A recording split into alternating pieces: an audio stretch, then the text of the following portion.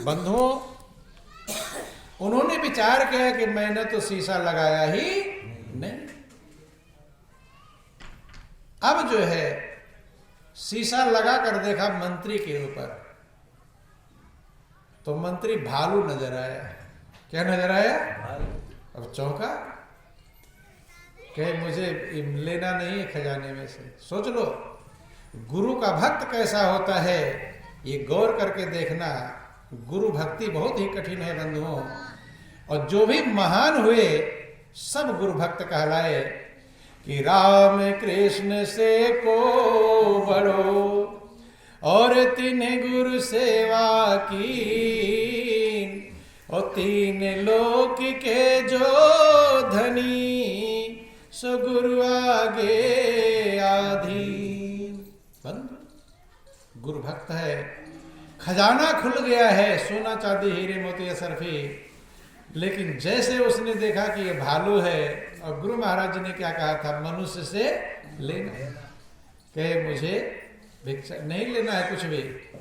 अब ले गया राजा के पास, के तो मना कर रहे हैं, मैंने पूरा खजाना खोल दिया, कह रहे मुझे लेना नहीं। और राजा के ऊपर सोचा, राजा को भी देख लूं ये क्या है, मनुष्य है क्या, इससे ले लेता। भाई राजा अगर मनुष्य होगा, राजा के ऊपर लगाया तो राजा शेर नजर आया।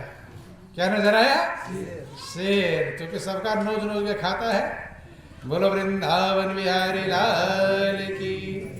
राजा शेर नजर आया, उसने कहा मुझे भिक्षा लेना कुछ नहीं, मुझे वहीं पहुंचा दो जहां से तुम लाए हो।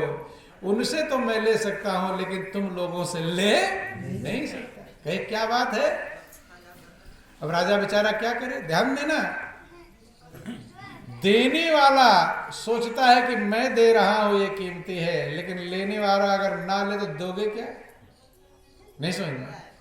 जो लोग दान देते हैं वो लोग सोचते अहंकार में अकड़ में चलते हैं। ध्यान देना, दान देने वालों की ये व्यवस्था है कि वो जानते जितने लोग जाने कि मैं दान दे रहा हूं उतना ही ज्यादा अच्छा है। जनाना चाहते कि नहीं जनाना चाहते हैं बंधु?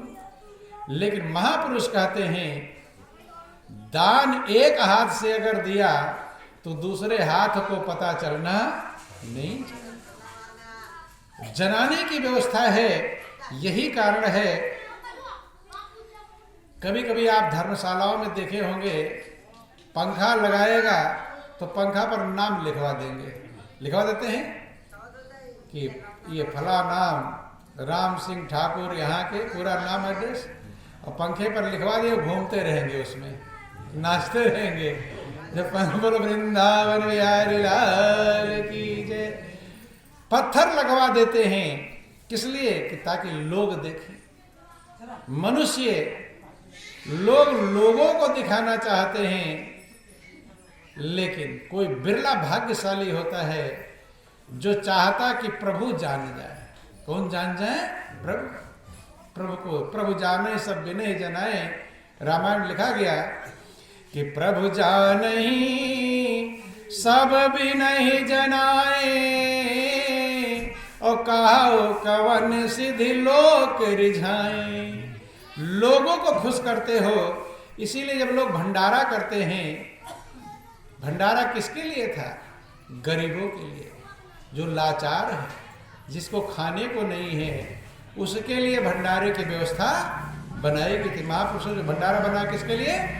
जो लाचार है, जो गरीब है, जो अनाथ है, आपके पास धन है तो उसके लिए भंडारे की व्यवस्था कर दो। लेकिन भंडारे में किसको बुलाते हैं? स्टैंडर्ड लोगों को, अच्छे अच्छे लोगों को बुलाते हैं। और जो खा कर कहते अरे सब्जी नहीं सही था, तो ये नहीं सही था, और उसमें कमियां निकाल कर चले जाते। कमियां निकालते हैं बंधुओं। ध्यान देना, किसी को हमने नहीं देखा कि ऐसी जगह पर चले जाओ जहां पर गरीब की बस्ती हो, जाकर वहां खाना बनवा करके और वहां उन गरीबों को खिला दो, और दूसरे को मत जनाओ। कभी किसी ने भंडारा किया जो दूसरा ना जान पाओ? एडवर्टाइजमेंट जितनी, इसीलिए तो करते हैं ताकि जितना ज्यादा लोग जानेंगे 4 लोगों के मुंह से सुना, अरे बहुत बड़ा उसने भंडारा किया। कहते हैं बंधु, महापुरुष कहते हैं लोगों को जनाने की कीमत नहीं है, कीमत है प्रभु को जनाने। और प्रभु जनाने की जरूरत तो बिना जनाए ही जानते हैं।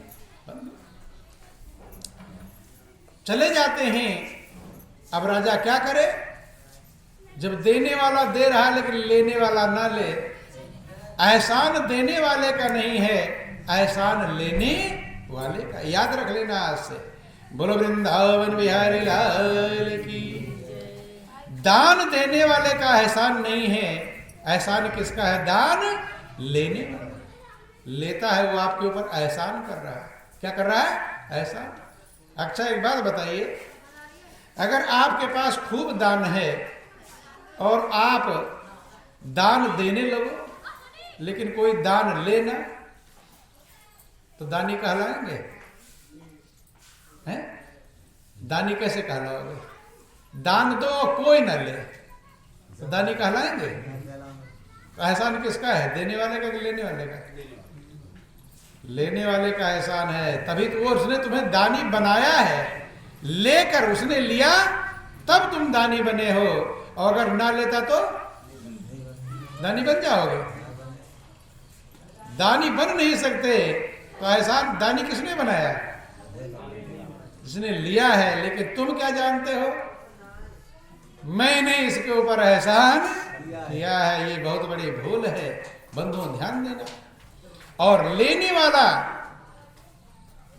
अगर समझदार नहीं है तो ध्यान देना कि लेने वाला भी गड्ढे में जाएगा। कहां जाएगा? गड्ढे में। क्योंकि दान जिसे कहते हैं वो जहर कहलाता है। क्या कहलाता है? जहर। जहर ही लोग दान करते हैं बंधु।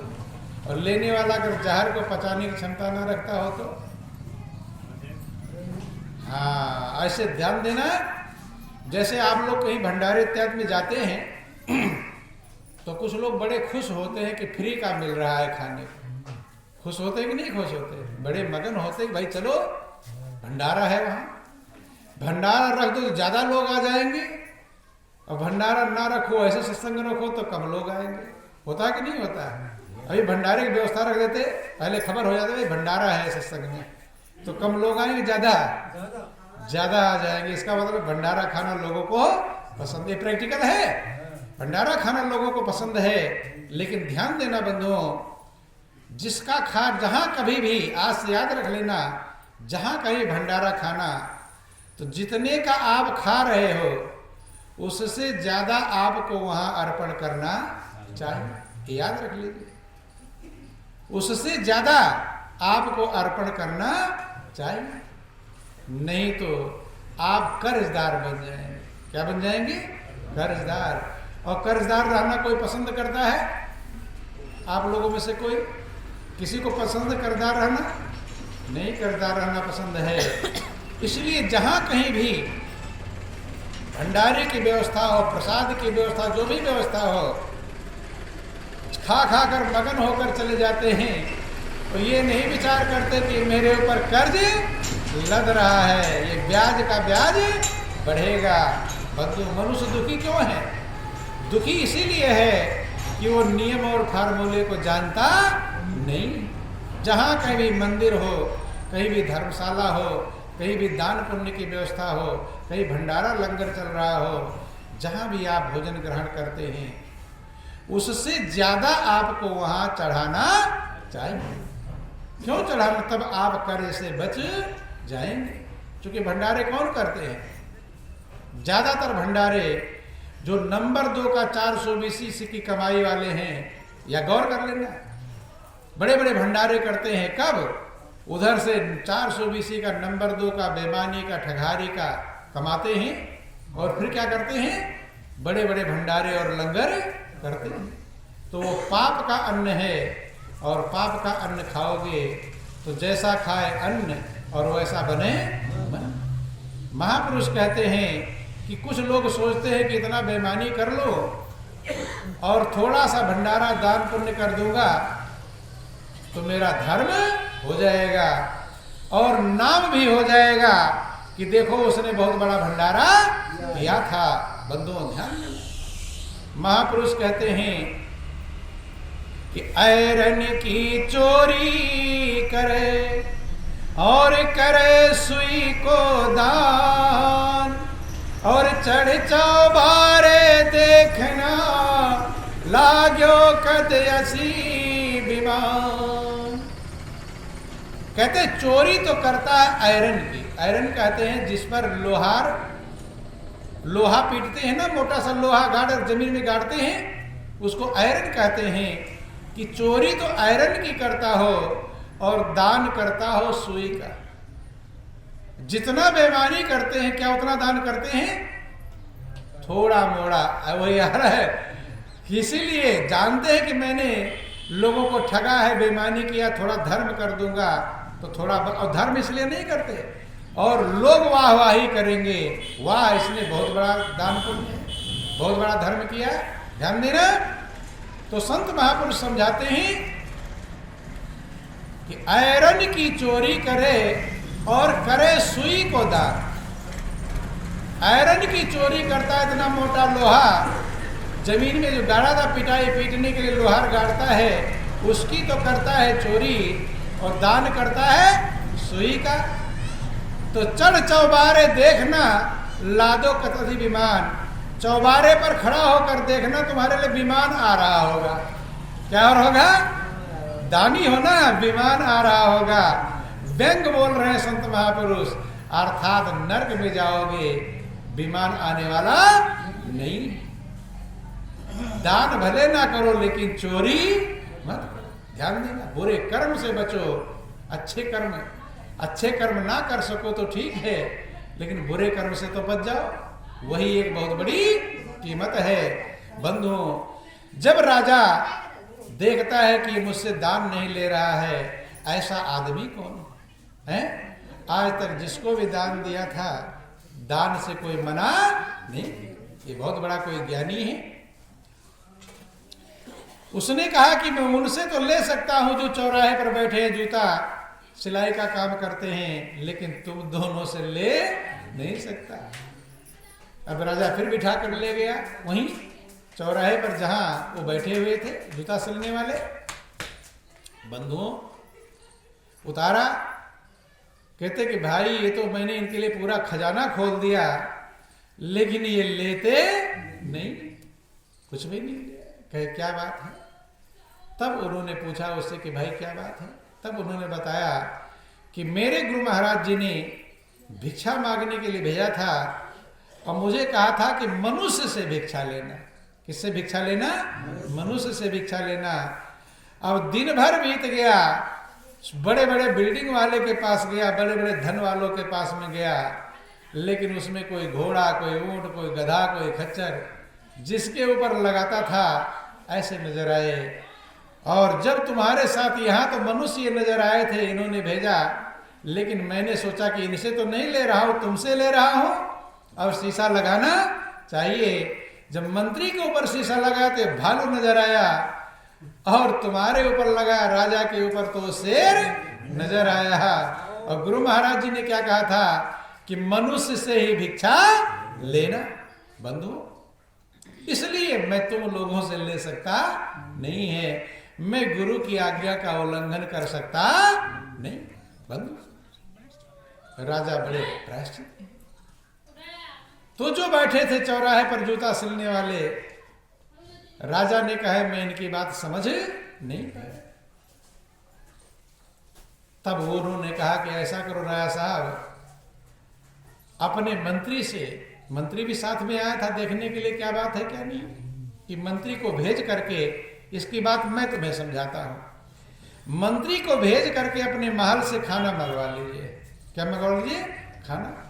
गया, वहां 56 व्यंजन बन करके आ गया। और उनके घर से, जो अपने घर से जूता सिलने वाले अपने घर से लाए थे रोटी, एक हाथ में राजा का व्यंजन लिया और एक हाथ में अपनी रोटी लिया। दोनों को जब दबाया तो राजा की रोटी से खून निकला। क्या निकला? और अपनी रोटी से दूध निकला। कहिए दोनों में अंतर है। तुम लोगों का खून चूस चूस करके धन इकट्ठा करते हो, इसलिए ये पाप का कमाई है। क्या है ये? पाप की कमाई है। इसीलिए तुम मनुष्य नहीं पशु हो। क्या हो? मनुष्य नहीं पशु। शेर हो, शेर की तरह नोच नोच के खा रहे हो, भालू की तरह नोच नोच। ये भी भेजते हो मंत्री को, जाओ मार मार के छीन के लाओ। पहले राजा महाराज टैक्स लेते थे, मारते थे, हंटर से मार करके चमड़ी उधार कर लेते थे लोग। जो नहीं देता था मारते थे बंधुओं। तब राजा बहुत बड़ा शर्मिंदा हुआ। क्या हुआ? बहुत बड़ा शर्मिंदा हुआ कि महाराज आप तो ज्ञानी की। वो जो जूता सिल रहे थे वो संत रैदास थे। कौन थे? संत रैदास। कि आए गए की पनही गांठे, बैठा सरे बाजार, और भूखों को तो भोजन देता, आखिर जात चमार, सास घर ना जाओ। मीरा कहती मोहे गुरु मिले रैदास, सास घर ना जाओ। छोटा सा भजन सत्संग लगना। बोल वृंदावन बिहारी लाल की। कि मोहे गुरु मिले रैदास, सास घर ना जाओ। मोहे गुरु मिले रैदास, सास घर ना जाओ। मोहे गुरु मिले रैदास, सास घर ना जाओ। मोहे गुरु मिले रैदास, सास घर ना जाओ।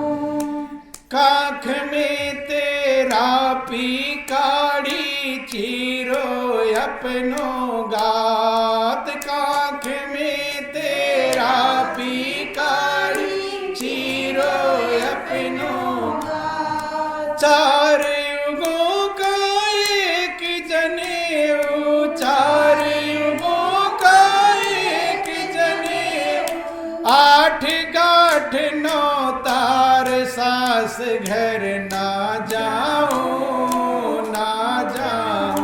मोहे गुरु मिले रैदास, सास घर ना जाओ, ना जाओ। मोहे गुरु मिले रैदास, सास घर ना जाओ, ना जाओ। अपने महल से मीरा उतरी, घट में गंगा नहाय। अपने महल से मीरा उतरी, घट में गंगा नहाय। पाँव पूजो रैदास गुरु को, पाँव पूजो रैदास गुरु को। अमर लोक लिए जाए, सास घर ना जाओ, ना जाओ। मोहे गुरु मिले रैदास, सास घर ना जाओ, ना जाओ। मोहे गुरु मिले रैदास, सास घर ना जाओ, ना जाओ। हरि आए गए की पनही गांठे, बैठा सरे बाजार। आए गए की पनही गांठे, बैठा सरे बाजार। भूखों को तो भोजन देता, भूखों को तो भोजन देता। आखिर जात चमार, सास घर ना जाओ, ना जाओ। मोहे गुरु मिले रैदास, सास घर ना जाओ, ना जाओ। आए गए की पनही गांठे, जिसका जूता फट गया है, फटना माने कमी, जिसके अंदर जो कमी है उस कमी को निकालते हैं। क्या करते हैं? निकालते हैं। कि गुरु कुम्हार शिष्य कुंभ है, और गढ़ गढ़ काढ़े खोट। अब अंदर हाथ सहार दे, बाहर मारे चोट। वही मीरा कहते हैं, आए गए की पनही गांठे, बैठा सरे बाजार। सरे बाजार चौराहे पर बैठा हुआ है, और आए गए का पनही मन, इसका जूता फट गया है, गांठ रहा है।